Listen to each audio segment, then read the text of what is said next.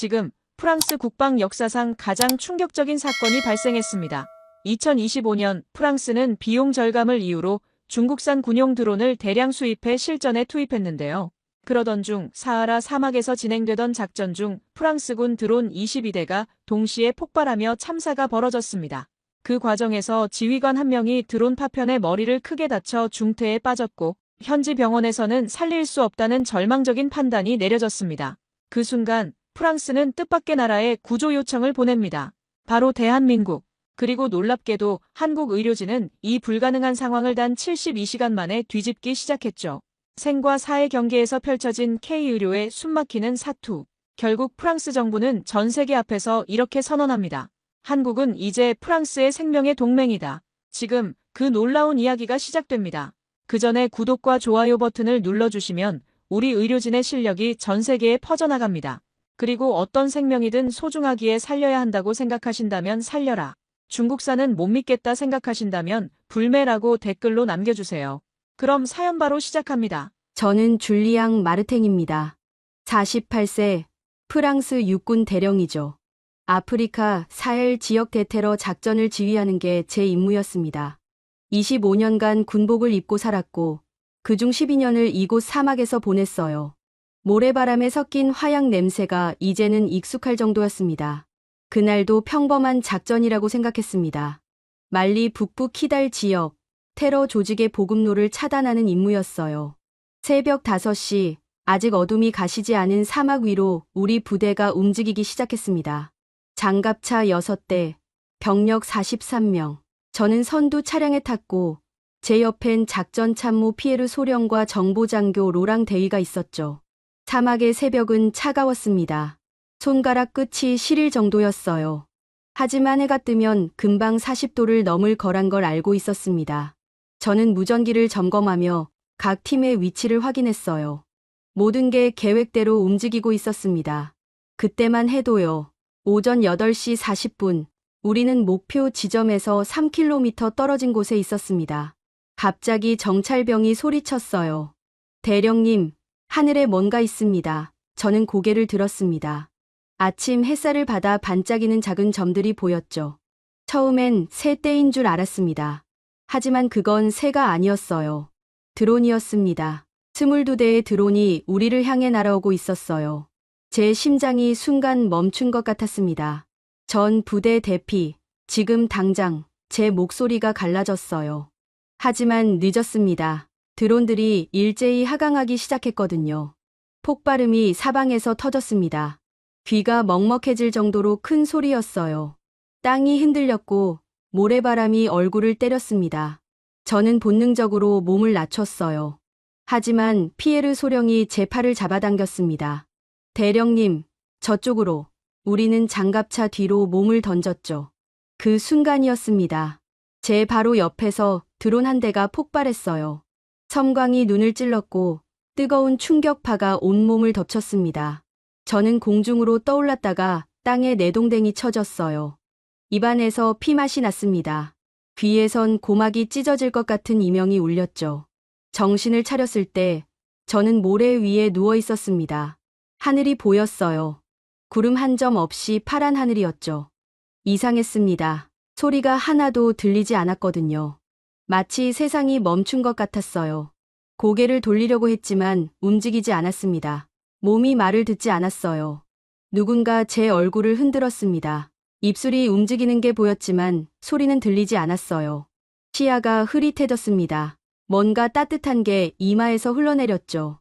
손을 올려 만졌더니 끈적했습니다. 피였어요. 제 손바닥이 온통 빨갛게 물들었습니다. 그제야 알았습니다. 제가 다쳤다는 거요. 심하게 다쳤다는 거요. 피에르 소령의 얼굴이 보였습니다. 그의 눈이 굉장히 컸어요. 공포에 질린 표정이었죠. 그가 제 머리를 감싸 쥐었습니다. 그의 손이 떨리는 게 느껴졌어요. 로랑 대위도 옆에 있었습니다. 그는 무전기에 대고 무언가를 외치고 있었죠. 의무병이 달려왔습니다. 그가 제 상처를 보더니 얼굴이 하얗게 질렸어요. 그의 손이 제 머리 옆을 더듬었습니다. 뭔가 딱딱한 게 만져졌는지 그가 움찔했죠. 저는 그게 뭔지 알고 싶었지만 물어볼 수가 없었어요. 입이 열리지 않았거든요. 나중에 들은 이야기입니다. 제 머리에 드론 파편이 박혀 있었다고 해요. 길이 6cm, 폭 2cm 정도의 금속 조각이었죠. 그게 제 두개골을 뚫고 뇌 조직 바로 앞까지 들어가 있었답니다. 1mm만 더 깊이 들어갔어도 즉사였을 거라고 했어요. 헬기가 왔습니다. 프로펠러 소리가 희미하게 들렸어요. 저는 들것에 실렸고 하늘로 떠올랐습니다. 창밖으로 사막이 보였죠. 모래와 바위뿐인 풍경이었습니다. 저는 그 순간 생각했어요. 이곳에서 죽는 건가 하고요. 말리 수도 바마코의 군병원에 도착했습니다. 의사들이 달려왔어요. 프랑스어를 하는 현지 의사였죠. 그가 제 상처를 살펴보더니 고개를 저었습니다. 이건 여기서 못합니다. 장비가 없어요. 그의 목소리가 떨렸어요. 그럼 어디로 가야 합니까? 피에르 소령이 물었습니다. 프랑스로 보내야죠. 의사가 말했어요. 시간이 얼마나 걸립니까? 최소 24시간은 걸릴 겁니다. 환자가 그때까지 버틸 수 있습니까? 의사는 대답하지 않았습니다. 침묵이 그의 대답이었어요. 다른 의사가 끼어들었습니다. 나이 든 의사였죠. 한국으로 보내는 게 나을 겁니다. 그가 말했어요. 거긴 장비도 있고 기술도 있습니다. 이런 수술은 한국에서만 가능해요. 한국이요? 피에르 소령이 되물었습니다. 제가 거기서 연수받았습니다. 뇌외과 쪽으론 세계 최고예요. 특히 이런 외상성 뇌손상은요. 저는 그 대화를 희미하게 들었습니다. 의식이 왔다 갔다 했거든요. 한국이라는 단어만 귓가에 맴돌았어요. 저는 한국에 가본 적이 없었습니다. 아는 것도 거의 없었죠. 그저 먼 나라, 아시아 어딘가에 있는 나라였어요. 프랑스 국방부에 연락이 갔습니다. 상황이 보고됐고 결정이 내려졌어요. 한국으로 이송한다. 국방장관이 직접 명령했다고 했습니다. 한국이라면 믿을 수 있다고 했답니다. 저는 다시 들것에 실렸습니다. 공항으로 향하는 앰뷸런스 안에서 저는 천장을 바라봤어요. 형광등이 지나갈 때마다 빛이 눈을 찔렀습니다. 고통스러웠지만 비명조차 지를 수 없었어요. 비행기가 대기하고 있었습니다. 전세기였죠.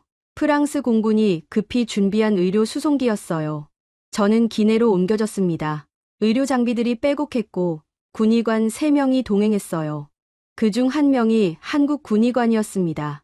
그는 제 상태를 확인하더니 고개를 끄덕였어요. 버틸 수 있습니다. 제가 보겠습니다. 그의 목소리는 차분했습니다. 이상하게도 그 목소리를 듣자 조금 안심이 됐어요. 비행기가 이륙했습니다. 엔진 소리가 귓가를 울렸죠. 저는 창밖을 봤습니다. 아프리카 대륙이 점점 작아지고 있었어요. 제가 22년을 보낸 땅이었습니다. 다시 돌아올 수 있을까요? 저는 알 수 없었어요. 17시간의 비행이 시작됐습니다. 저를 살릴 수 있는 곳으로 가는 긴 여정이었죠. 한국이라는 제가 한 번도 가보지 못한 나라로요. 그곳에서 제 생명을 지킬 수 있을까요? 저는 그저 기도할 뿐이었습니다. 비행기 안은 춥고 건조했습니다. 기내 온도계는 18도를 가리키고 있었지만 저는 몸이 얼어붙는 것 같았어요.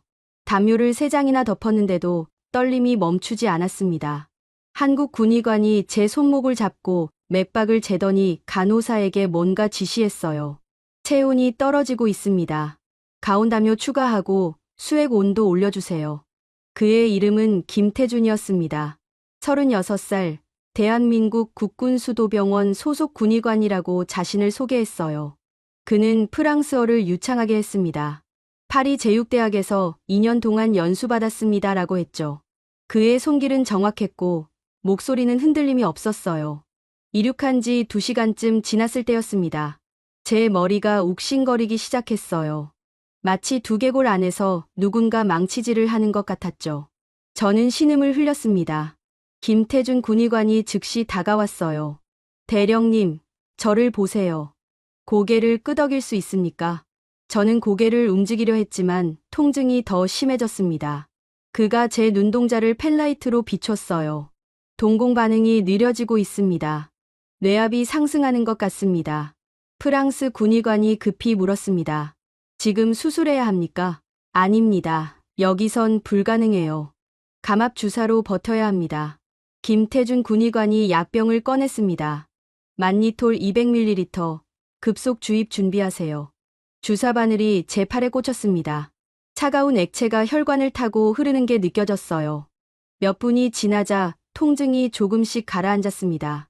숨을 쉴 수 있었어요. 김태준 군의관이 제 이마에 손을 얹었습니다. 버텨주세요, 대령님.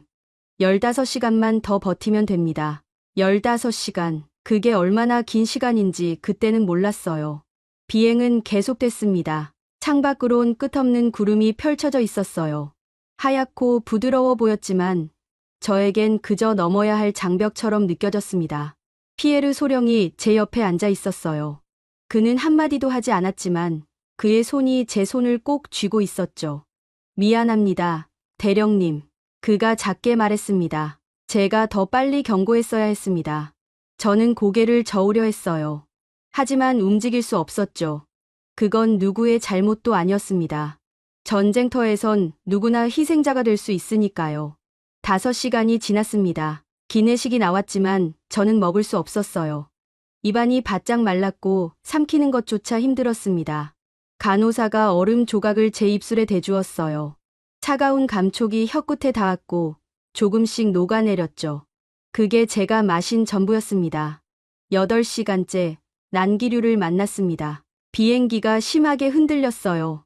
제 머리가 다시 욱신거리기 시작했습니다. 김태준 군의관이 또다시 달려왔죠. 그는 지치지도 않는 것 같았어요. 계속 제 곁을 지키며 상태를 확인했습니다. 혈압이 올라가고 있습니다. 또 한 번 위기가 올 수 있어요. 그가 다른 의료진에게 말했습니다. 산소 포화도 모니터링 강화하고 응급 기관삽관 준비해두세요. 기관삽관이라는 말에 피에르 소령의 얼굴이 굳었습니다. 저도 알고 있었어요. 그건 제 상태가 더 나빠지고 있다는 뜻이었죠. 10시간째 저는 환각을 보기 시작했습니다. 제 아내가 보였어요. 그녀는 파리의 우리 집 정원에 서 있었습니다. 장미꽃을 가꾸고 있었죠. 그녀가 고개를 돌려 저를 봤어요. 웃고 있었습니다. 저는 그녀에게 손을 뻗었지만 그녀는 사라졌어요. 대령님, 저를 보세요. 김태준 군의관의 목소리가 들렸습니다. 정신 차리세요. 저는 눈을 떴습니다. 그의 얼굴이 가까이 있었어요. 땀이 그의 이마에 맺혀 있었죠. 의식을 잃으면 안 됩니다. 계속 깨어 있어야 해요. 저는 고개를 끄덕였습니다. 아니, 끄덕이려고 했어요. 몸이 말을 들었는지는 모르겠습니다. 12시간째 통증이 다시 찾아왔습니다. 이번엔 더 심했어요. 머리가 터질 것 같았습니다. 저는 비명을 질렀어요. 아니, 질렀다고 생각했습니다. 실제로 소리가 나왔는지는 확실치 않아요. 김태준 군의관이 3번째 감압 주사를 놓았습니다. 이게 마지막입니다. 더 이상은 위험해요. 빨리 도착해야 합니다. 기장에게 연락이 갔습니다. 속도를 최대로 높여달라고요. 비행기가 더 빠르게 날기 시작했어요. 엔진 소리가 더 커졌죠. 15시간째 기내 방송이 흘러나왔습니다. 곧 인천국제공항에 도착합니다. 한국어였지만 저는 그 억양을 알아들을 수 있었어요. 구원의 언어처럼 들렸습니다. 창밖으로 불빛이 보이기 시작했습니다. 도시의 불빛이었어요. 빼곡하고 밝았죠. 서울이었습니다. 제가 살기 위해 와야 했던 도시요. 하지만 그 순간이었습니다. 제 시야가 갑자기 흐려졌어요. 귀에서 이명이 울렸습니다. 숨쉬기가 힘들어졌죠. 혈압 급상승, 203/120, 간호사가 소리쳤습니다. 뇌압이 위험 수치입니다. 프랑스 군의관이 외쳤어요. 김태준 군의관이 제 목에 손을 댔습니다.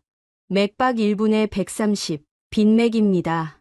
지금 착륙해야 합니다. 기장에게 긴급 교신이 갔습니다. 비행기가 급강하기 시작했어요. 귀가 먹먹해졌습니다. 제 심장이 미친 듯이 뛰었죠.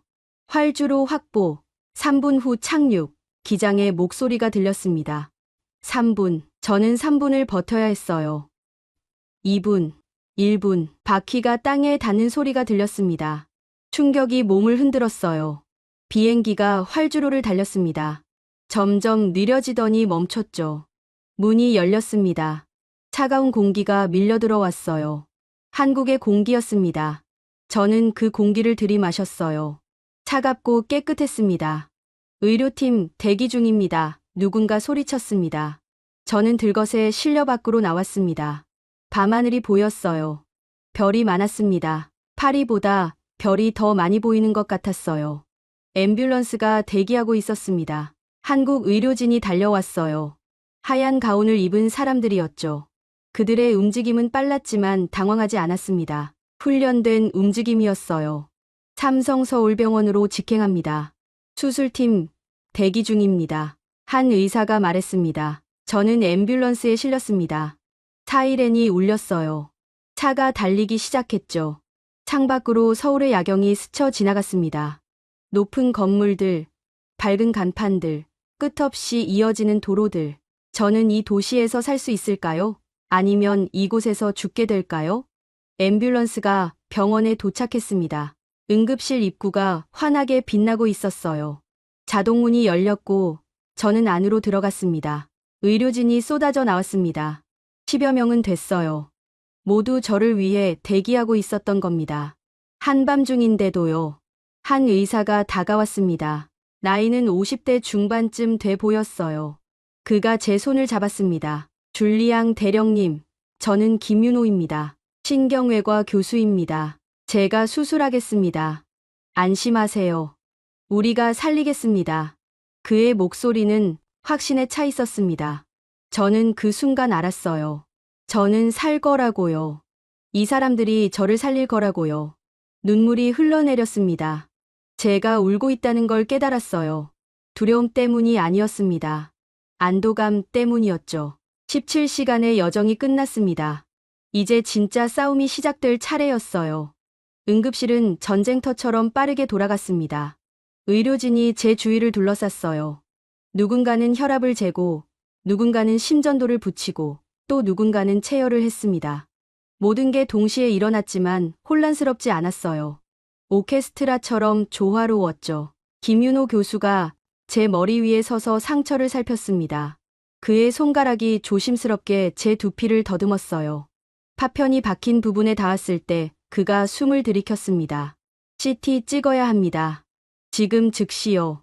저는 다른 방으로 옮겨졌습니다. 거대한 기계가 있었어요. 도넛 모양의 하얀 장비였죠. CT 촬영기라고 했습니다. 움직이시면 안 됩니다. 최대한 가만히 계세요. 기계가 돌아가기 시작했습니다. 윙윙거리는 소리가 났어요. 빛이 번쩍였죠. 몇 분이 지났을까요? 촬영이 끝났습니다. 김윤호 교수가 모니터 앞에 섰습니다. 영상이 떴어요. 제 머릿속이 화면에 나타났죠. 하얗게 빛나는 뼈, 회색빛 뇌 조직, 그리고 그 사이에 박힌 검은 그림자. 파편입니다. 옆에 있던 젊은 의사가 말했습니다. 위치가. 김윤호 교수가 말을 멈췄어요. 그의 손가락이 화면을 가리켰습니다. 브로카 영역에서 1mm 떨어져 있습니다. 언어 중추 바로 앞이라는 말씀이신가요? 다른 의사가 물었습니다. 그렇습니다. 여기를 건드리면 말을 못하게 될 수 있어요. 아니, 건드리지 않아도 이미 출혈이 있습니다. 보세요. 여기. 화면을 확대했습니다. 파편 주변이 희미하게 흐릿했어요. 뇌부종입니다. 그리고 여기 미세 출혈도 보입니다. 수술 가능합니까? 누군가 물었습니다. 김윤호 교수는 한참 동안 화면을 들여다봤어요. 저는 그의 뒷모습을 봤습니다. 그의 어깨가 긴장으로 굳어 있었죠. 해야 합니다. 그가 돌아섰습니다. 안 하면 48시간 안에 사망합니다. 하면 살릴 수도 있습니다. 성공률은요? 정직하게 말하면 50대 50입니다. 하지만 하지 않으면 0입니다. 저는 그 말을 들었습니다. 50대 50. 반반이라는 거였죠. 동전을 던지는 것과 같은 확률이었어요. 김윤호 교수가 제게 다가왔습니다. 대령님, 들리십니까? 저는 눈을 깜빡였습니다. 수술을 해야 합니다. 매우 위험하지만 하지 않으면 살 수 없습니다. 동의하십니까? 저는 다시 눈을 네, 라고 말하고 싶었지만 입이 열리지 않았습니다. 준비하겠습니다. 김윤호 교수가 고개를 돌렸습니다. 하이브리드 수술실 예약했습니까? 네, 3번 수술실 대기 중입니다. 팀 소집하세요. 신경외과 전문의 셋, 마취과 둘, 수술실 간호사 5명, 그리고 영상의학과에 연락해서 실시간 모니터링 준비시키세요. 사람들이 움직이기 시작했습니다. 저는 다시 옮겨졌어요. 복도를 지나며 천장의 형광등이 스쳐 지나갔습니다. 하나, 둘, 셋, 넷. 세다가 멈췄어요. 숫자가 기억나지 않았거든요. 수술실 앞에 도착했습니다. 큰 문이 있었어요. 하이브리드 수술실 3이라고 쓰여 있었죠. 문이 열렸습니다. 안은 예상보다 넓었습니다. 천장이 높았고 기계들이 빼곡했어요. 로봇팔처럼 생긴 장비가 중앙에 있었습니다. 모니터가 사방에 걸려 있었고요. 이게 하이브리드 시스템입니다. 누군가 설명했습니다. 전 세계에 5대밖에 없고 실전에서 쓸 수 있는 건 2대뿐입니다. 우리 병원 것과 미국 존스홉킨스 병원 것이죠. 저는 수술대에 옮겨졌습니다. 차가운 금속이 등에 닿았어요. 의료진이 제 머리를 고정시켰습니다. 움직일 수 없었죠. 마취과 의사가 다가왔습니다. 전신 마취 들어갑니다. 10가지 세어보세요. 하나, 둘, 셋. 그 다음은 기억나지 않습니다. 깨어났을 때 저는 여전히 수술대 위에 있었습니다. 아니, 깨어난 게 아니었어요. 마취에서 완전히 깨어나지 못한 상태였죠. 희미하게 소리가 들렸습니다. 절개 시작합니다.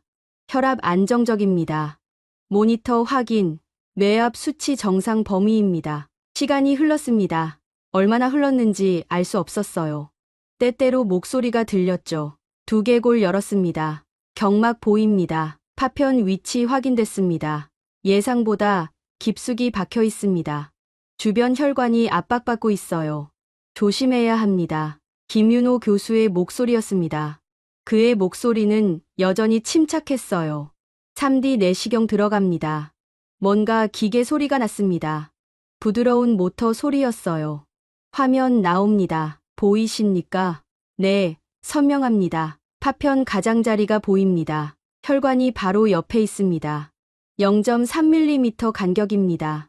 로봇팔 각도 조정합니다. 15도 우측으로. 기계가 움직이는 소리가 났어요. 아주 미세한 움직임이었죠. 파편 진동 감지됩니다. 심박동과 연동되고 있습니다. 진동 보정 시스템 가동하세요. 가동했습니다. 보정 완료. 좋아요. 이제 파편을 잡겠습니다. 침묵이 흘렀습니다. 긴 침묵이었어요. 숨소리조차 들리지 않는 것 같았죠. 잡았습니다. 혈압 확인. 안정적입니다. 천천히 빼냅니다. 1초에 0.1mm씩. 시간이 멈춘 것 같았습니다. 모든 게 느려졌어요. 절반 나왔습니다. 출혈 없습니다. 계속합니다. 4분의 3 나왔습니다. 혈관 무사합니다. 거의 다 왔습니다. 나왔습니다. 누군가 외쳤습니다. 출혈 확인. 미세 출혈 있습니다. 바이폴라로 지혈하겠습니다. 지지직 하는 소리가 났어요. 뭔가 타는 냄새가 났습니다. 지혈 완료. 뇌압 수치 안정적입니다. 혈관 손상 없습니다. 김윤호 교수가 깊게 숨을 내쉬는 소리가 들렸습니다. 일단 고비는 넘겼습니다. 이제 재건해야죠. 손상된 혈관이 있습니까?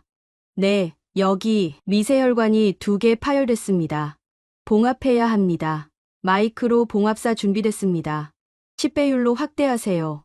다시 시간이 흘렀습니다. 김윤호 교수는 한마디도 하지 않았어요. 집중하고 있었던 거죠. 첫 번째 혈관 봉합 완료. 두 번째 들어갑니다. 완료했습니다. 혈류 확인하세요. 정상적으로 흐릅니다. 뇌 조직 부종 상태는요? 감소하고 있습니다. 좋습니다. 경막 닫겠습니다. 수술은 계속됐습니다. 저는 희미한 의식 속에서 그들의 목소리를 들었어요. 시간이 얼마나 흘렀을까요? 두개골 복원 완료했습니다. 피부 봉합 들어갑니다. 수술 종료 시간 기록하세요. 오전 5시 47분, 7시간이었습니다. 밤 11시에 시작해서 새벽까지 이어진 수술이었죠. 환자 중환자실로 이송 준비하세요. 저는 다시 움직였습니다. 수술실을 나와 복도를 지났어요. 창밖으로 빛이 보였습니다. 새벽이었어요. 해가 떠오르고 있었죠. 중환자실에 도착했을 때 김윤호 교수가 제 손을 잡았습니다. 성공했습니다. 대령님. 이제 깨어나기만 하면 됩니다. 저는 그의 목소리를 들었습니다. 희미했지만 분명히 들렸어요. 감사합니다. 라고 말하고 싶었습니다. 하지만 입이 열리지 않았어요. 그래도 괜찮았습니다. 저는 살아있었으니까요. 0.1mm의 싸움에서 그들이 이겼으니까요. 눈을 떴을 때 저는 하얀 천장을 보고 있었습니다. 형광등이 아니었어요. 부드러운 간접 조명이었죠. 마치 집 안 조명 같았습니다. 고개를 돌리려 했지만 움직이지 않았어요. 목에 뭔가 감겨 있었거든요. 누군가 제 손을 잡았습니다. 따뜻한 손이었어요. 저는 시선을 옮겼습니다. 간호사가 보였죠. 그녀는 미소 짓고 있었습니다. 깨어나셨군요, 대령님. 움직이지 마세요. 천천히요. 그녀의 목소리는 낮고 부드러웠습니다. 속삭이는 것 같았어요. 저는 입술을 움직여 보았습니다. 소리가 나왔어요. 중환자실입니다. 삼성서울병원이고요. 수술 잘 끝났습니다. 저는 숨을 들이켰습니다. 공기가 폐로 들어왔어요. 차갑고 깨끗했죠. 살아있다는 게 느껴졌습니다. 방 안을 둘러봤습니다. 생각보다 조용했어요. 기계음이 거의 들리지 않았죠. 모니터들이 있었지만 소리를 내지 않았습니다. 창문으로 햇살이 들어왔어요. 커튼이 반쯤 쳐져 있었고 빛이 부드럽게 걸러져 들어왔죠. 다른 중환자실과는 다르네요. 제 옆 침대에서 목소리가 들렸습니다. 고개를 돌렸습니다. 프랑스 군 간호장교가 있었어요. 말이 대위였습니다. 그녀는 저를 따라 한국까지 온 거였죠. 뭐가 다릅니까? 제가 물었습니다. 목소리가 갈라졌어요. 모든 게 다릅니다. 마리 대위가 일어나 제게 다가왔습니다. 파리 군병원 중환자실은 시끄럽거든요. 기계 경보음이 계속 울리고 사람들이 뛰어다니고 여긴 도서관처럼 조용해요. 한국인 간호사가 물 한 컵을 가져왔습니다. 조금씩 마셔보세요. 물이 목으로 넘어갔습니다. 시원했어요. 살아있다는 게 다시 한번 느껴졌죠. 문이 열렸습니다. 김윤호 교수가 들어왔어요. 그는 제 차트를 들고 있었습니다. 백발이 그의 머리카락 사이에 섞여 있었죠. 어제는 몰랐는데 지금 보니 피곤해 보였습니다. 대령님, 제 목소리 들리십니까? 손을 움직여 보세요. 오른손부터요. 저는 손가락을 움직였습니다. 움직였어요. 5 손가락 모두요. 좋습니다. 왼손도요. 왼손도 움직였습니다. 김윤호 교수가 고개를 끄덕였어요. 이제 제 손가락을 따라 눈동자를 움직여 보세요. 그의 손가락이 좌우로 움직였습니다. 저는 그걸 따라갔어요. 완벽합니다. 운동신경과 시신경 모두 정상입니다. 언어 중추는요? 마리 대위가 물었습니다. 김윤호 교수가 저를 봤습니다. 대령님, 프랑스어로 한 문장 말씀해 보시겠습니까? 저는 생각했습니다. 무슨 말을 할까요? 문득 아내 생각이 났어요. 나는 집에 가고 싶습니다.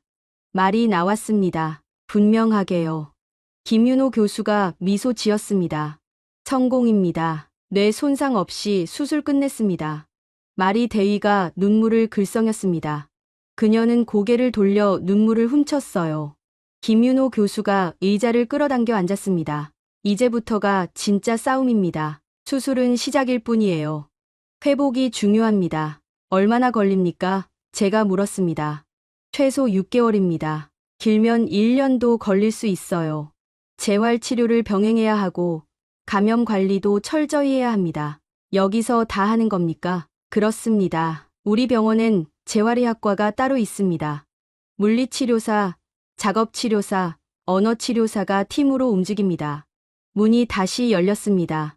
나이 지긋한 여성이 들어왔어요. 그녀는 흰 가운이 아닌 평상복을 입고 있었습니다. 환자 가족분이십니까? 그녀가 물었습니다. 프랑스어였어요. 마리 대위가 놀라 되물었습니다. 프랑스어를 하십니까? 네, 저는 환자 지원팀 소속입니다. 국제 환자분들을 돕는 일을 하죠. 그녀가 명함을 건넸습니다. 이름은 박소영입니다. 환자 지원팀이요? 말이 대위가 명함을 받아들었습니다. 네, 외국 환자분들이 불편함 없이 치료받으실 수 있도록 돕습니다. 통역도 하고 필요한 물품도 준비해드리고요. 박소영 씨가 저를 향해 고개 숙여 인사했습니다. 대령님 가족분들께 연락드렸습니다. 내일 도착하신대요. 정말입니까? 저는 놀랐습니다. 어떻게 연락을 하셨습니까? 프랑스 대사관을 통해서요. 가족분들 항공편도 예약해드렸습니다. 비자 문제는 외교부에서 급히 처리해 주셨고요. 저는 할 말을 잃었습니다. 제가 수술받는 동안 이 모든 일이 진행됐던 거였어요. 가족분들이 머무실 숙소도 준비했습니다. 병원 근처 게스트하우스인데 병원에서 지원하는 곳입니다. 비용은 얼마입니까? 병원에서 부담합니다. 환자 가족 지원 프로그램이거든요. 말이 대위가 저를 봤습니다. 그녀의 눈빛이 말하고 있었어요. 믿을 수 없다고요. 박소영 씨가 작은 가방을 꺼냈습니다. 몇 가지 물품 준비했습니다. 세면 도구, 수건, 그리고 이건. 그녀가 책 한 권을 꺼냈어요. 프랑스어로 된 책입니다. 병원 생활이 심심하실까 봐요. 책 제목은 어린 왕자였습니다. 제가 어렸을 때 읽었던 책이었죠. 감사합니다. 제 목소리가 떨렸습니다. 박소영 씨가 미소 지었습니다. 천천히 회복하세요. 필요한 게 있으면 언제든 연락 주세요. 24시간 대기합니다. 그녀가 나간 뒤 말이 대위가 중얼거렸습니다. 이게 병원 맞나요? 호텔 같은데. 저도 그렇게 생각했습니다. 파리 군병원과는 완전히 달랐어요. 거긴 차갑고 기계적이었거든요. 여긴 따뜻했습니다. 오후가 됐습니다. 점심 식사가 나왔어요. 저는 아직 일반식을 먹을 수 없었지만 말이 대위 것을 봤습니다. 쟁반이 깔끔했어요. 밥, 국, 반찬 4가지가 작은 그릇에 담겨 있었죠. 맛있습니까? 제가 물었습니다. 놀라울 정도로요. 말이 대위가 국을 떠먹으며 말했습니다. 프랑스 병원 음식은 차갑고 맛이 없거든요. 이건 집밥 같아요. 저는 창밖을 봤습니다. 서울의 하늘이 보였어요. 구름이 천천히 흘러가고 있었죠. 저는 이 도시에 대해 아무것도 몰랐습니다. 한 번도 와본 적 없었으니까요. 하지만 이상하게 낯설지 않았어요. 저녁 때 김윤호 교수가 다시 왔습니다. 이번엔 다른 의사들과 함께였어요. 회진이었죠. 상태 확인하겠습니다. 김윤호 교수가 제 머리를 살폈습니다. 봉합 부위 깨끗합니다. 염증 없고요. 젊은 의사가 물었습니다. 교수님, 환자분 나이가 48세신데 회복 속도가 예상보다 빠른 것 같습니다. 체력이 좋으시니까요. 군인이셨잖습니까? 그래도 이 정도 수술 후에 이렇게 빨리 의식이 또렷해지는 건 드문 일입니다. 김윤호 교수가 저를 봤습니다. 대령님은 살고 싶다는 의지가 강하십니다. 그게 가장 중요한 약이에요. 그는 차트에 뭔가를 적었습니다. 내일부터 물리치료 시작하겠습니다. 침대에서 일어나는 연습부터 할 겁니다. 내일요? 말이 대위가 놀라 물었습니다. 수술한 지 이틀밖에 안 됐는데요. 빨리 시작할수록 회복이 빠릅니다. 물론 천천히 환자분 속도에 맞춰서 하겠습니다. 회진이 끝나고 밤이 왔습니다. 병실 불이 꺼졌어요. 복도 불도 어두워졌죠. 하지만 완전히 깜깜하진 않았습니다. 은은한 야간 조명이 켜져 있었거든요. 저는 잠들 수 없었습니다. 머리가 아프진 않았지만 생각이 많았어요. 사막에서의 폭발, 비행기 안에서의 고통, 수술대 위의 공포. 모든 게 아직 생생했습니다. 그때 간호사가 들어왔습니다. 발소리가 거의 없었어요. 그녀는 제 침대 옆에 섰습니다. 잠 못 이루세요? 네, 당연합니다. 겪으신 일이 얼마나 큽니까? 그녀가 제 손을 잡았습니다. 하지만 이제 안전합니다. 여기선 아무 일도 일어나지 않아요. 그녀의 손이 따뜻했습니다. 저는 그 온기에 조금씩 긴장이 풀리는 걸 느꼈어요. 프랑스로 돌아가고 싶으신가요? 그녀가 조용히 물었습니다. 저는 생각했습니다. 프랑스, 파리, 제 집. 하지만 고개를 저었어요. 아직은 아닙니다. 여기서 나아야죠. 간호사가 미소 지었습니다. 그럼 천천히 나으시면 됩니다. 우리가 옆에 있으니까요. 그녀가 나간 뒤 저는 다시 천장을 봤습니다. 부드러운 조명이 희미하게 빛나고 있었어요. 이곳은 병원이 아니었습니다. 회복의 집이었어요. 그리고 저는 여기서 다시 살아날 거였습니다. 사흘째 되던 날, 제 가족이 도착했습니다. 아내 소피, 딸 클로에, 아들 루카. 그들이 병실 문을 열고 들어왔을 때 저는 울었어요. 참으려 했지만 눈물이 저절로 흘러내렸습니다. 소피가 달려와 제 손을 잡았습니다. 그녀의 손이 떨리고 있었어요. 당신, 정말 괜찮은 거예요? 괜찮습니다. 이제요. 클로에가 조심스럽게 다가왔습니다. 14살 딸아이는 눈이 퉁퉁 부어 있었어요. 아빠, 이리 와. 클로에. 괜찮아. 10살 루카는 문 앞에 서서 망설이고 있었습니다. 제가 손짓했어요. 루카, 아빠. 루카가 천천히 다가왔습니다. 그의 눈에도 눈물이 맺혀 있었죠. 아빠 머리에 붕대 있어. 응, 수술했거든. 하지만 이제 다 나았어. 소피가 제 이마에 입을 맞췄습니다. 한국까지 오느라 얼마나 무서웠을까. 아니에요. 여기 사람들이 잘 돌봐줬어요. 정말로요. 김윤호 교수가 들어왔습니다. 그는 제 가족을 보고 미소 지었어요. 가족분들이시군요. 저는 집도의 김윤호입니다. 소피가 일어나 그의 손을 잡았습니다. 감사합니다, 교수님. 제 남편을 살려주셔서. 환자분이 강하셨습니다. 저는 도운 것뿐입니다. 김윤호 교수가 태블릿을 꺼냈습니다. 수술 영상을 보여드리겠습니다. 이해하시는데 도움이 될 겁니다. 화면에 수술 장면이 나왔습니다. 제 머리였어요. 아니, 제 뇌였죠. 소피가 손으로 입을 막았습니다. 여기 보이는 게 파편입니다. 김윤호 교수가 화면을 가리켰습니다. 이렇게 깊이 박혀 있었어요. 이 부분이 언어 중추고요. 저렇게 가까웠다고요? 소피의 목소리가 떨렸습니다. 1mm 차이였습니다. 하지만 우리 장비가 정밀했고 팀이 잘 해냈습니다. 김윤호 교수는 천천히 설명했습니다. 가족들이 이해할 수 있도록 쉬운 말로요. 그는 의학 용어를 쓰지 않았어요. 그냥 사람이 사람에게 말하듯 설명했죠. 앞으로 회복 과정이 중요합니다. 6개월에서 1년 정도 걸릴 수 있어요. 하지만 환자분은 건강하시니까 잘 나으실 겁니다. 여기서 계속 치료받아야 합니까? 소피가 물었습니다. 가능하면 그게 좋습니다. 수술한 의사가 계속 봐야 경과를 제대로 파악할 수 있거든요. 우리도 여기 있어야겠네요. 병원에서 숙소를 준비했습니다. 가족 지원 프로그램이 있어서요. 아이들 학교 문제도 도와드릴 수 있습니다. 클로에가 눈을 크게 떴습니다. 학교요? 여기서요? 근처에 국제학교가 있습니다. 영어로 수업하는 곳이에요. 필요하시면 연결해드리겠습니다. 저는 놀랐습니다. 이 모든 게 이미 준비돼 있었던 거예요. 오후가 됐습니다. 가족들은 제 옆에 앉아 이런저런 이야기를 했어요. 파리의 날씨, 이웃들의 안부, 강아지 막스 이야기. 일상적인 이야기들이었지만 그게 좋았습니다. 제가 살아있다는 걸 실감하게 해줬거든요. 그때 문이 노크됐습니다. 박소영 씨가 들어왔어요. 실례합니다. 방문객이 오셨는데요. 방문객이요? 저는 의아했습니다. 한국에 아는 사람이 없었거든요. 프랑스 대사관에서 오셨답니다. 문이 열렸습니다. 양복을 입은 남자 둘이 들어왔어요. 첫 번째 남자는 50대 초반으로 보였습니다. 웃고 있었지만 눈은 웃지 않았어요.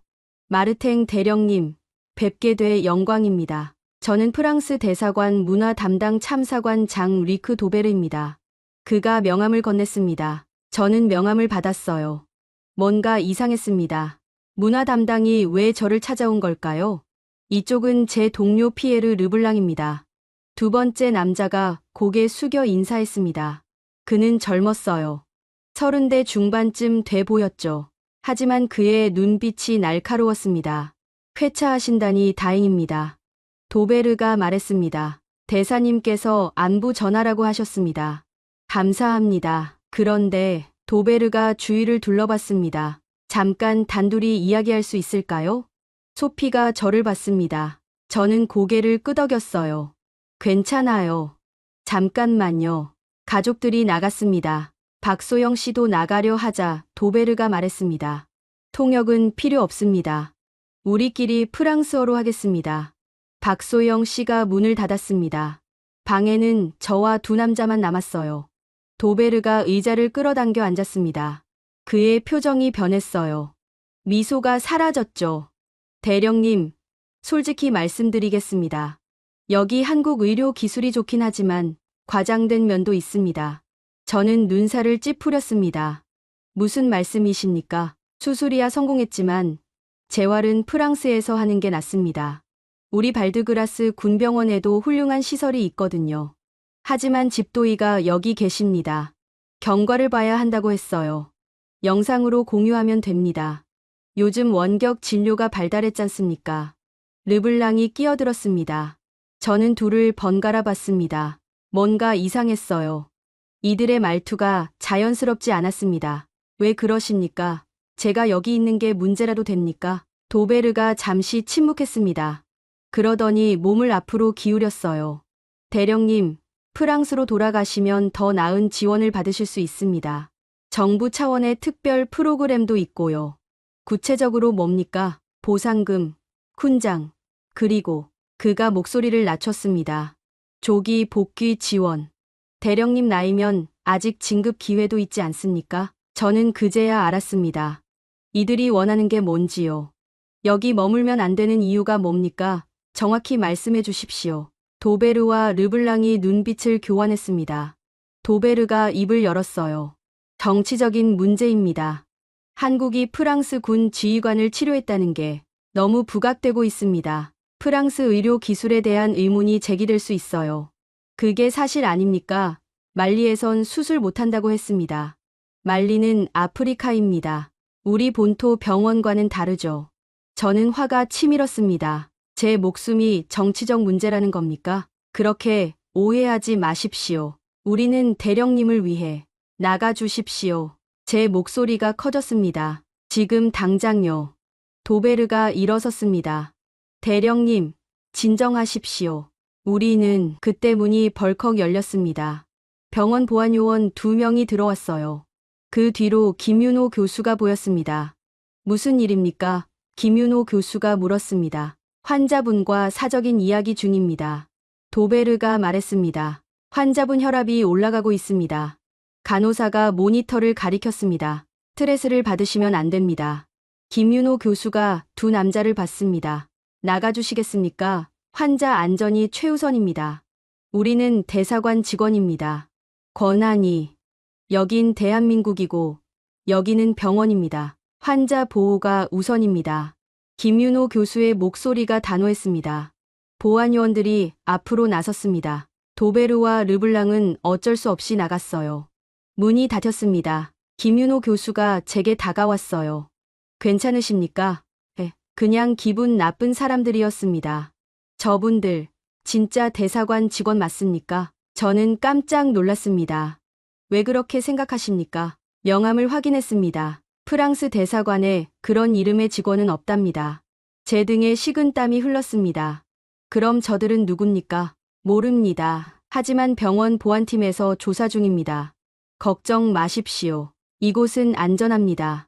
그날 밤, 저는 잠들 수 없었습니다. 도베르와 르블랑의 얼굴이 계속 떠올랐어요. 그들은 누구였을까요? 왜 저를 한국에서 내보내려 한 걸까요?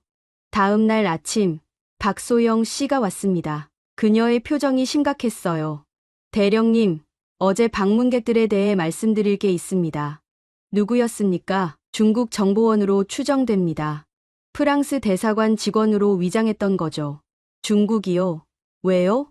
대령님을 공격한 드론이 중국제였습니다. 그 사실이 부각되는 걸 막으려 했던 것 같습니다. 저는 숨이 막혔습니다. 그럼 저를 해치려 했던 겁니까? 그 정도는 아니었을 겁니다. 하지만 조기 귀국을 유도하려 한 건 확실합니다. 한국 의료 기술이 부각되는 것도 싫었을 거고요. 지금은 어디 있습니까? 국정원에서 추방시켰습니다. 프랑스 대사관에도 공식 항의가 들어갔고요. 저는 창밖을 봤습니다. 서울의 하늘은 맑았어요. 하지만 제 마음은 복잡했습니다.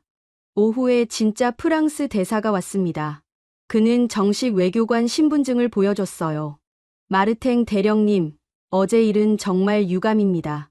우리 대사관 이름을 도용한 자들이라니. 괜찮습니다, 대사님. 한국 정부에서 철저히 조사하고 있답니다. 그리고 그가 잠시 멈췄습니다. 저는 대령님께 말씀드리고 싶습니다. 여기서 편히 치료받으십시오. 한국이 우리 국민을 지켜주고 있습니다. 그의 목소리는 진심이었습니다. 저는 고개를 끄덕였어요. 감사합니다, 대사님. 저도 그렇게 느끼고 있습니다. 대사가 나간 뒤 소피가 제 손을 잡았습니다. 여기가 안전한 거 맞죠? 저는 아내를 봤습니다.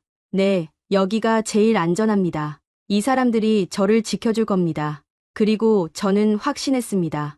이곳에서 계속 치료받겠다고요. 한국이 저를 구했으니까요. 그리고 계속 지켜줄 거니까요. 수술 후 11일째, 저는 처음으로 침대에서 일어났습니다. 물리치료사 2명이 제 양팔을 잡아줬어요. 다리가 후들거렸습니다. 오래 누워 있었더니 근육이 약해진 거였죠. 천천히 하세요, 대령님. 서두르지 마시고요. 물리치료사 이진수 씨가 말했습니다. 한 발짝 내디뎠습니다. 무릎이 꺾일 것 같았어요. 하지만 버텼습니다. 또 한 발짝. 땀이 이마에 맺혔죠. 잘하고 계십니다. 조금만 더요. 창가까지 걸었습니다. 겨우 5m였지만 마라톤을 뛴 것처럼 숨이 찼어요. 하지만 해냈습니다. 저는 다시 걸을 수 있었어요. 창밖으로 서울이 보였습니다. 높은 건물들이 빼곡했고 차들이 쉴 새 없이 오갔죠. 살아있는 도시였습니다. 저도 살아있었고요. 오늘은 여기까지 하시죠. 내일은 복도까지 가볼까요? 이진수 씨가 물었습니다. 그러죠. 저는 미소 지었습니다. 침대로 돌아왔습니다. 소피가 물을 건넸어요. 시원한 물이 목을 타고 내려갔습니다. 클로에와 루카는 학교에 갔고 소피만 병실에 있었죠. 당신 정말 잘하고 있어요.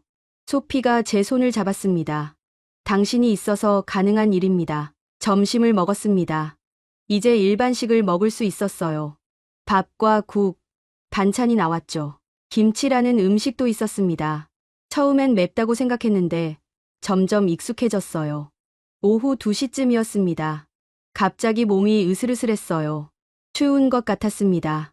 여보, 담요 좀 더 덮어줄래요? 소피가 담요를 덮어줬습니다. 하지만 추위가 가시지 않았어요. 이가 딱딱 부딪혔습니다. 당신 얼굴이 빨개요. 소피가 제 이마에 손을 댔습니다. 뜨거워. 간호사 불러야겠어요. 간호사가 왔습니다. 체온을 쟀어요. 38도 7입니다. 열이 있으시네요. 왜 그럴까요? 소피가 물었습니다. 담당 교수님께 연락드리겠습니다. 김윤호 교수가 달려왔습니다. 그는 제 상태를 확인하더니 얼굴이 굳었어요. 혈액 검사 즉시 하세요. 그리고 배양 검사도요. 체열을 했습니다. 김윤호 교수는 제 머리 봉합 부위를 살폈어요.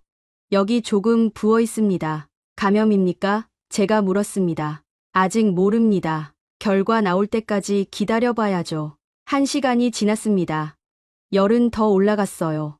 39도를 넘어섰죠. 온몸이 불덩이처럼 뜨거웠습니다. 물 주세요. 소피가 물을 입에 대줬습니다. 하지만 삼키기가 힘들었어요. 목이 말라 죽을 것 같은데 물을 넘길 수가 없었죠. 저녁 때 김윤호 교수가 다시 왔습니다. 이번엔 다른 의사들과 함께였어요. 그들의 표정이 심각했습니다. 혈액 검사 결과 나왔습니다. 백혈구 수치가 높습니다. 감염이 맞습니다. 어디서 감염된 겁니까? 소피가 물었습니다. 그게 김윤호 교수가 태블릿을 봤습니다. 일반적인 세균이 아닙니다. 특이한 균이에요. 특이하다니요? 잠깐만요. 김윤호 교수가 전화를 걸었습니다. 감염내과 최 교수님 계십니까? 지금 신경외과 중환자실로 와주실 수 있습니까? 긴급입니다. 10분 후 마스크를 쓴 의사가 들어왔습니다. 최민석 교수였어요. 그는 감염내과 전문의였죠. 환자분 혈액 배양 결과 봤습니다. 최민석 교수가 말했습니다. 보기 드문 균입니다. 일반 항생제로는 안 듣는 내성균이에요. 어디서 온 겁니까? 김윤호 교수가 물었습니다. 원인을 찾아야 합니다. 수술 과정에서 들어온 건 아닌 것 같고요. 그렇다면 최민석 교수가 저를 봤습니다. 대령님, 머리에 박혔던 파편 아직 가지고 계십니까? 보관하고 있습니다. 증거물로요. 가져와 주시겠습니까? 간호사가 파편을 가져왔습니다. 플라스틱 봉투에 담겨 있었어요. 최민석 교수가 장갑을 끼고 꺼냈습니다. 이걸 검사해야겠습니다. 혹시 파편 자체에 균이 있었을 수도 있거든요. 파편이 실험실로 갔습니다. 저는 침대에 누워 천장을 봤어요. 열이 40도를 넘어섰습니다. 환각이 보이기 시작했죠. 사막이 보였습니다. 드론들이 날아오고 있었어요. 폭발음이 들렸죠. 저는 비명을 질렀습니다. 진정하세요, 대령님. 간호사가 제 팔을 잡았습니다. 드론이 온다고요.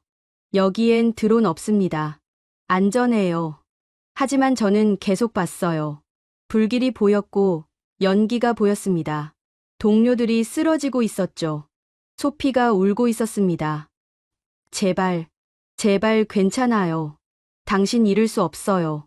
자정이 됐습니다. 최민석 교수가 다시 왔어요. 그의 눈에 다크서클이 짙었습니다. 찾았습니다. 그가 말했습니다. 파편에서 나온 균입니다. 중국 남부 지역에서만 발견되는 토양 세균이에요. 중국이요? 김윤호 교수가 되물었습니다. 드론이 중국제였다는 보고 있지 않습니까? 제조 과정에서 균이 묻었던 것 같습니다. 치료할 수 있습니까? 어렵습니다. 이 균은 일반 항생제에 내성이 있거든요. 하지만 최민석 교수가 잠시 멈췄습니다. 우리 병원에 AI 항생제 분석 시스템이 있습니다. 그게 뭡니까? 소피가 물었습니다. 인공지능이 균의 유전자를 분석해서 최적의 항생제 조합을 찾아내는 겁니다. 세계에서 몇 개 병원만 가지고 있어요. 효과가 있습니까? 시도해봐야 알겠습니다. 하지만 다른 방법이 없습니다. 최민석 교수는 즉시 움직였습니다. 컴퓨터실로 갔고 AI 시스템을 가동시켰어요. 저는 그 이야기를 나중에 들었습니다. 그때 저는 의식이 거의 없었거든요. 새벽 3시 결과가 나왔습니다. AI가 3가지 항생제 조합을 제시했어요. 일반적으론 함께 쓰지 않는 조합이었죠. 이걸로 갑니다. 최민석 교수가 결정했습니다. 항생제가 투여됐습니다. 제 혈관으로 들어갔어요. 처음엔 아무 변화가 없었습니다. 1시간이 지나도 열은 그대로였죠. 2시간째 열이 조금 내려가기 시작했습니다. 39도 5로요. 3시간째 38도 5. 4시간째 37도 3. 새벽 7시 제 열은 정상으로 돌아왔습니다. 의식도 돌아왔어요. 눈을 떴을 때 소피가 제 손을 꼭 잡고 있었습니다. 그녀는 잠들어 있었어요. 눈밑이 퉁퉁 부어 있었죠. 김윤호 교수와 최민석 교수가 서 있었습니다. 둘 다 밤을 샜나 봐요. 눈이 충혈돼 있었습니다. 대령님, 돌아오셨군요. 김윤호 교수가 미소 지었습니다. 무슨 일이었습니까? 감염이었습니다. 심각했어요. 하지만 넘겼습니다. 어떻게요? 최민석 교수가 대답했습니다. AI 시스템이 답을 찾았습니다. 사람이 찾기 힘든 조합이었어요. 저는 천장을 봤습니다. 또 살았구나 생각했죠. 2번째였습니다. 한국이 2번째로 저를 살린 거였어요. 감사합니다. 제 목소리가 떨렸습니다. 정말 감사합니다. 아직 끝난 게 아닙니다. 김윤호 교수가 말했습니다. 일주일간 항생제 계속 맞아야 하고 경과를 봐야 합니다. 하겠습니다. 뭐든지요. 소피가 깼습니다. 제 눈을 보더니 울음을 터뜨렸어요. 당신 깼어요. 미안해요. 걱정 많이 끼쳤죠. 바보, 미안하긴요. 살아있기만 하면 됐어요. 오후에 프랑스 군의관 한 명이 왔습니다. 마리 대위와 함께 온 다른 의료진이었죠. 그는 제 차트를 보더니 고개를 저었습니다. 믿을 수 없습니다. 이런 감염은 보통 치명적인데 어떻게 이렇게 빨리 잡았습니까? AI 시스템이라는 게 있답니다. 제가 말했습니다. AI요? 인공지능 말입니까? 우리 병원엔 없습니다. 아니, 프랑스 전체에도 없을 겁니다. 그가 중얼거렸습니다. 이건 미래 의료네요. 마리 대위가 제 손을 잡았습니다. 대령님, 한국에 와서 정말 다행입니다. 다른 곳이었으면 그녀는 말을 잇지 못했어요. 하지만 저는 알았습니다. 다른 곳이었으면 저는 죽었을 거라고요. 저녁이 됐습니다. 열은 완전히 내렸고 식욕도 돌아왔어요. 밥 한 그릇을 다 먹었습니다. 소피가 기뻐하며 웃었죠. 이제 정말 괜찮은 거죠? 이제는요. 창밖으로 서울의 야경이 보였습니다. 불빛들이 반짝이고 있었어요. 아름다웠습니다. 저는 이 도시에서 2번 살았습니다. 한 번은 수술로, 한 번은 AI로요. 이제 저는 확신했습니다. 여기가 제가 있어야 할 곳이라고요. 완전히 나을 때까지요. 수술 후 45일째, 저는 처음으로 휠체어 없이 병원 정원을 걸었습니다. 이진수 물리치료사가 옆에서 지켜봤지만 제 힘으로 걸었어요. 한 발, 또 한 발. 천천히지만 확실하게요. 잘하고 계십니다. 대령님. 보폭도 안정적이고요. 이진수 씨가 말했습니다. 정원은 예상보다 넓었습니다. 나무들이 줄지어 서 있었고 벤치가 곳곳에 놓여 있었죠. 환자들이 여기저기 앉아 있었어요. 어떤 이는 책을 읽고 어떤 이는 그냥 하늘을 보고 있었습니다. 저는 벤치에 앉았습니다. 다리가 후들거렸지만 기분이 좋았어요.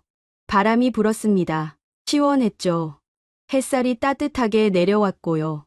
여기 좋습니다. 제가 말했습니다. 환자분들이 많이 오시는 곳입니다. 몸만 낫는 게 아니라 마음도 쉬어야 하니까요. 클로에와 루카가 달려왔습니다. 학교가 끝나고 바로 온 거였죠. 아빠, 혼자 걸었어요? 루카가 소리쳤습니다. 아빠, 이제 다 나았어. 학교 어땠니? 제가 물었습니다. 좋았어요. 친구들이 한국말 가르쳐줬어요. 안녕하세요. 감사합니다. 이런 거요. 클로에가 웃으며 말했습니다. 발음 괜찮은데? 선생님이 칭찬했어요. 프랑스어랑 비슷한 소리도 있대요. 루카가 제 옆에 앉았습니다. 아빠, 언제 집에 가요? 조금만 더 기다려. 완전히 나아야지. 여기도 좋은데요. 학교 급식이 맛있어요. 김밥이랑 떡볶이요. 저는 웃었습니다. 아이들이 적응하고 있었어요. 새로운 환경에, 새로운 문화예요. 다음 날부터 본격적인 재활치료가 시작됐습니다. 오전엔 물리치료, 오후엔 작업치료가 있었어요. 작업치료사 김수연 씨가 제 담당이었죠.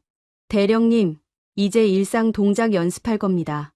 옷 입기, 식사하기, 글쓰기 같은 거요.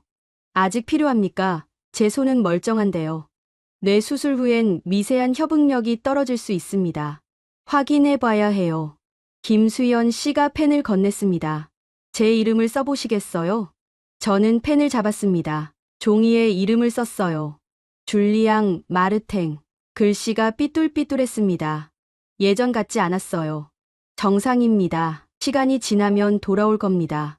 매일 연습했습니다. 글씨 쓰기, 단추 채우기, 젓가락 사용하기. 젓가락은 특히 어려웠어요. 프랑스에선 안 써봤거든요. 이렇게요, 대령님. 김수연 씨가 시범을 보였습니다. 엄지와 검지로 하나를 고정하고 나머지로 다른 하나를 움직이는 거예요.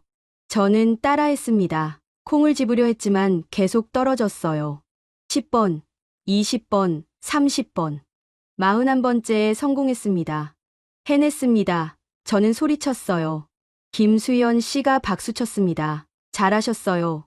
이제 반찬 드실 수 있겠네요. 오후엔 언어 치료도 받았습니다. 비록 제 언어 능력은 손상되지 않았지만 확인 차원이라고 했어요.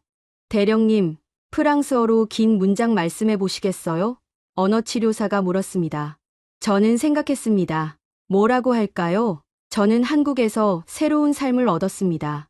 이곳 의료진이 저를 2번 살렸고 제 가족을 돌봐줬습니다. 저는 평생 이 나라를 잊지 못할 것입니다. 통역사가 그 말을 한국어로 옮겼습니다. 치료사의 눈가가 촉촉해졌어요. 완벽합니다. 대령님. 언어 중추 손상 전혀 없습니다. 60일째 되던 날, 김윤호 교수가 특별한 소식을 전했습니다. 대령님, CT 찍어봤는데 뇌 부종이 거의 다 빠졌습니다. 혈관도 정상적으로 기능하고 있고요. 그럼 퇴원할 수 있습니까? 아직은 아닙니다. 석 달은 더 관찰해야 해요. 하지만 일반 병동으로 옮기실 수 있습니다. 중환자실은 이제 필요 없어요. 저는 일반 병동으로 옮겼습니다. 창문이 더 컸고 햇빛이 많이 들어왔어요. 소피와 아이들이 더 자주 올 수 있었죠. 병실 옆에는 한국인 환자가 있었습니다. 박준호 씨라고 했어요. 62살, 심장수술을 받으신 분이었죠. 처음 뵙겠습니다. 저는 줄리앙입니다.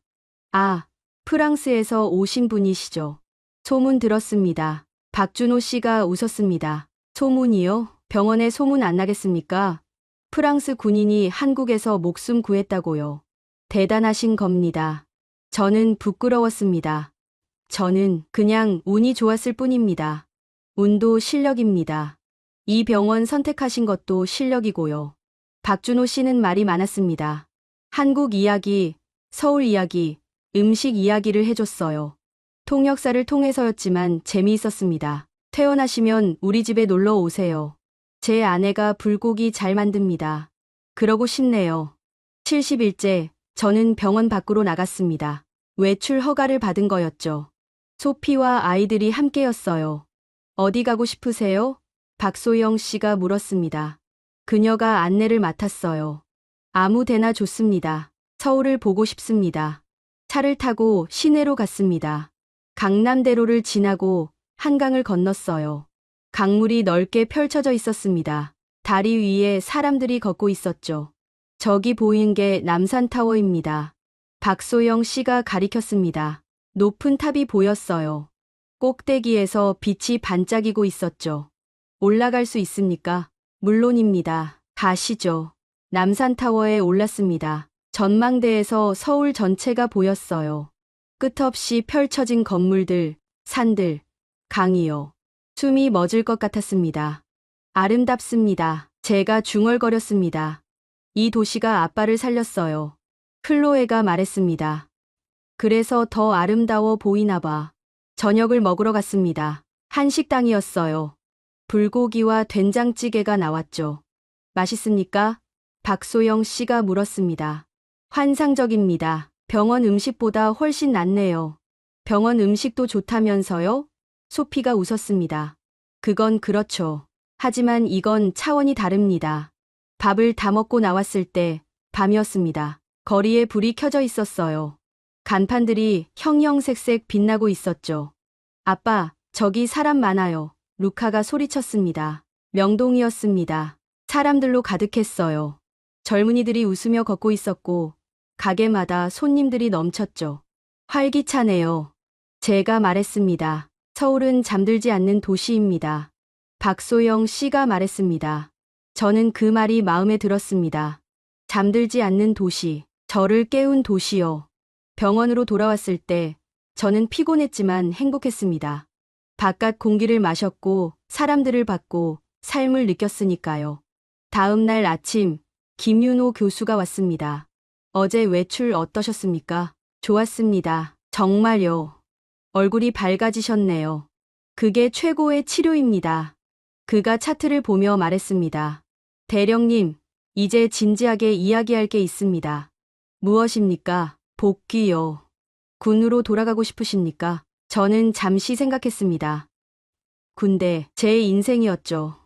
25년을 바친 곳이었고요. 모르겠습니다. 돌아갈 수 있을까요? 의학적으론 가능합니다. 완전히 회복되고 있으니까요. 하지만 대령님 의지가 중요합니다. 저는 창밖을 봤습니다. 서울의 하늘이 보였어요. 돌아가고 싶습니다. 제가 말했습니다.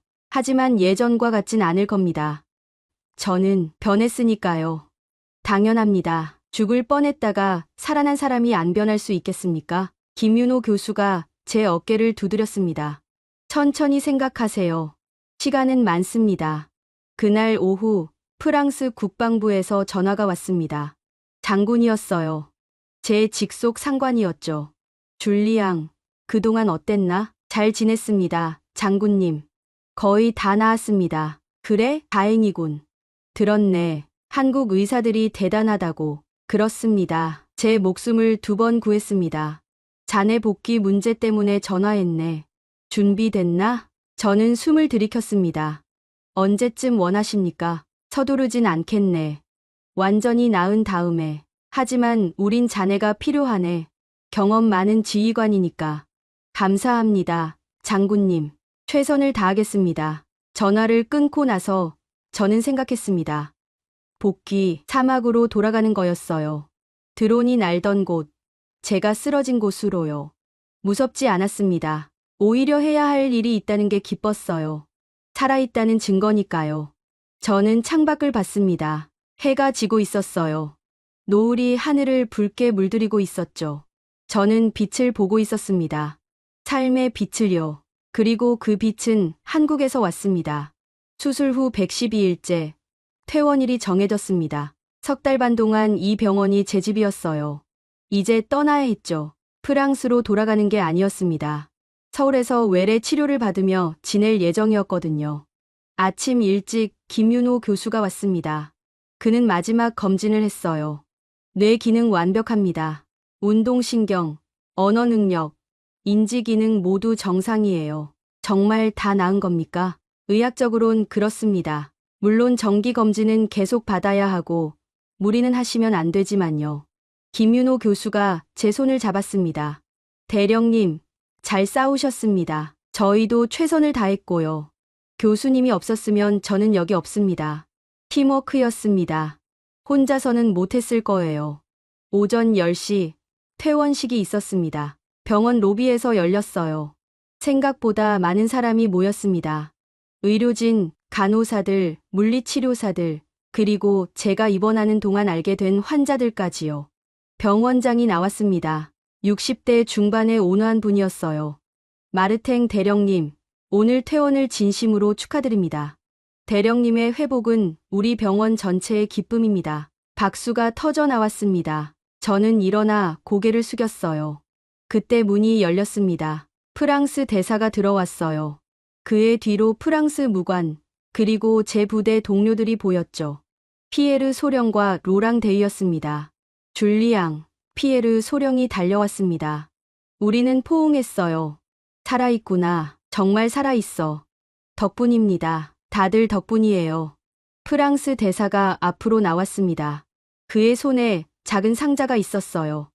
마르탱 대령님, 프랑스 공화국을 대표하여 이 자리에 섰습니다. 대령님의 용기와 회복을 기리기 위해서요. 그가 상자를 열었습니다. 훈장이었어요. 금빛으로 빛나고 있었죠. 레지옹 도네르 훈장입니다. 대통령께서 직접 수여를 명하셨습니다. 대사가 훈장을 제 가슴에 달았습니다. 무거웠어요. 하지만 그 무게가 나쁘지 않았죠. 그리고 대사가 돌아섰습니다. 이 훈장은 대령님만을 위한 게 아닙니다. 그가 김윤호 교수를 불렀습니다. 김윤호 교수가 당황하며 앞으로 나왔어요. 김윤호 교수님, 프랑스 공화국은 교수님의 헌신에 감사드립니다. 교수님은 우리 국민의 생명을 구하셨습니다. 대사가 또 다른 훈장을 꺼냈습니다. 국가공로훈장입니다. 외국인 의료인에게 수여하는 최고 등급이죠. 김윤호 교수의 눈이 커졌습니다. 저는 그저 제 일을 했을 뿐인데요. 그 일이 한 사람의 목숨을 구했습니다. 그것으로 충분합니다. 훈장이 김윤호 교수 가슴에 달렸습니다. 박수가 쏟아졌어요. 의료진들이 환호했죠. 대사는 거기서 멈추지 않았습니다. 최민석 교수, 이진수 물리치료사, 김수연 작업치료사, 그리고 저를 돌본 간호사들 모두에게 감사패를 전달했어요. 여러분 모두가 생명을 지킨 영웅들입니다. 저는 그 광경을 보며 울었습니다. 이 사람들이 저를 살렸어요. 하나하나가 다 소중했죠. 제 차례가 왔습니다. 마이크 앞에 섰어요. 할 말이 많았지만 입이 떨어지지 않았습니다. 저는 목소리가 갈라졌어요. 저는 죽을 뻔했습니다. 사막에서 드론 폭발로요. 그때 저는 생각했어요. 여기서 끝이구나 하고요. 사람들이 조용히 들었습니다. 하지만 한국이 저를 받아줬습니다. 한 번도 와본 적 없는 나라, 아는 사람 하나 없는 곳이었지만 이곳 사람들은 저를 가족처럼 대했어요. 소피가 울고 있었습니다. 클로에도, 루카도요. 김윤호 교수님은 7시간 동안 수술하셨습니다. 저를 살리기 위해서요. 최민석 교수님은 밤새 인공지능으로 답을 찾으셨죠. 이진수 씨는 제가 다시 걷게 해주셨고, 김수연 씨는 젓가락질을 가르쳐 주셨습니다. 사람들이 웃었습니다. 간호사님들은 밤마다 제 손을 잡아주셨어요. 무서울 때마다요. 박소영 씨는 제 가족을 돌봐주셨고, 병원은 제 아이들 학교까지 알아봐 주셨죠. 저는 숨을 깊이 들이켰습니다. 저는 한국에서 2번 살았습니다. 한 번은 수술로, 한 번은 감염 치료로요. 하지만 진짜로는 매일 살았습니다. 여러분의 따뜻함이 저를 매일 살렸거든요. 목이 메었습니다. 제 생명은 한국이 지켰습니다. 한국은 이제 프랑스의 생명의 동맹국입니다. 저는 평생 이 나라를, 이 사람들을 잊지 않을 겁니다. 박수가 터져 나왔습니다. 우레와 같았어요. 저는 고개를 숙였습니다. 눈물이 멈추지 않았죠. 김윤호 교수가 다가왔습니다. 그도 울고 있었어요. 대령님, 건강하세요. 그게 제게는 최고의 보답입니다. 교수님을 어떻게 갚아야 할지 모르겠습니다. 갚을 필요 없습니다. 그냥 행복하게 사세요. 그걸 보는 게 의사의 기쁨이니까요. 프랑스 대사가 다시 앞으로 나왔습니다. 그의 손에 서류가 있었어요.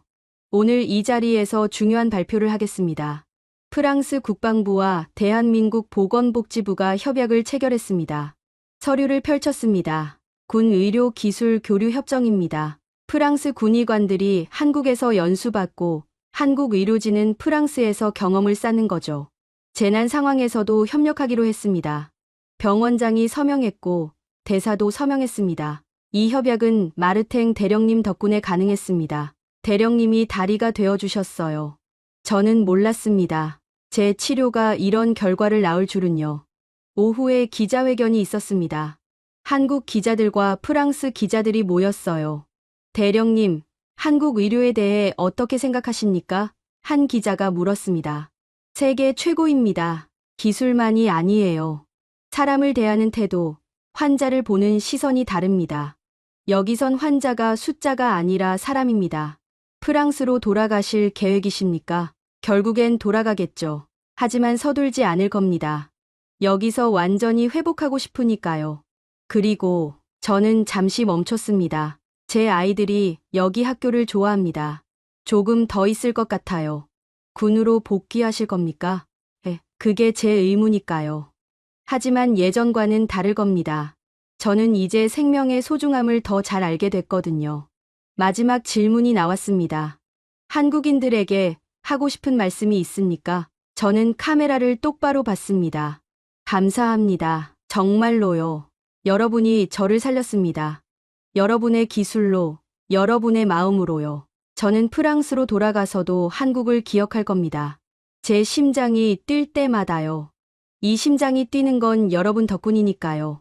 기자회견이 끝났습니다. 저는 병원 로비를 나왔어요. 차가 대기하고 있었죠. 병원 직원들이 줄지어 서서 손을 흔들었습니다. 저도 손을 흔들었어요. 한 사람 한 사람에게요. 차에 탔습니다. 병원이 멀어지고 있었어요. 하지만 슬프지 않았습니다. 다시 올 거니까요. 정기 검진으로요. 그날 저녁, 가족과 함께 한강을 걸었습니다. 강바람이 시원했어요. 사람들이 자전거를 타고 조깅을 하고 그냥 앉아서 이야기를 나누고 있었죠. 여보, 이제 진짜 괜찮은 거죠?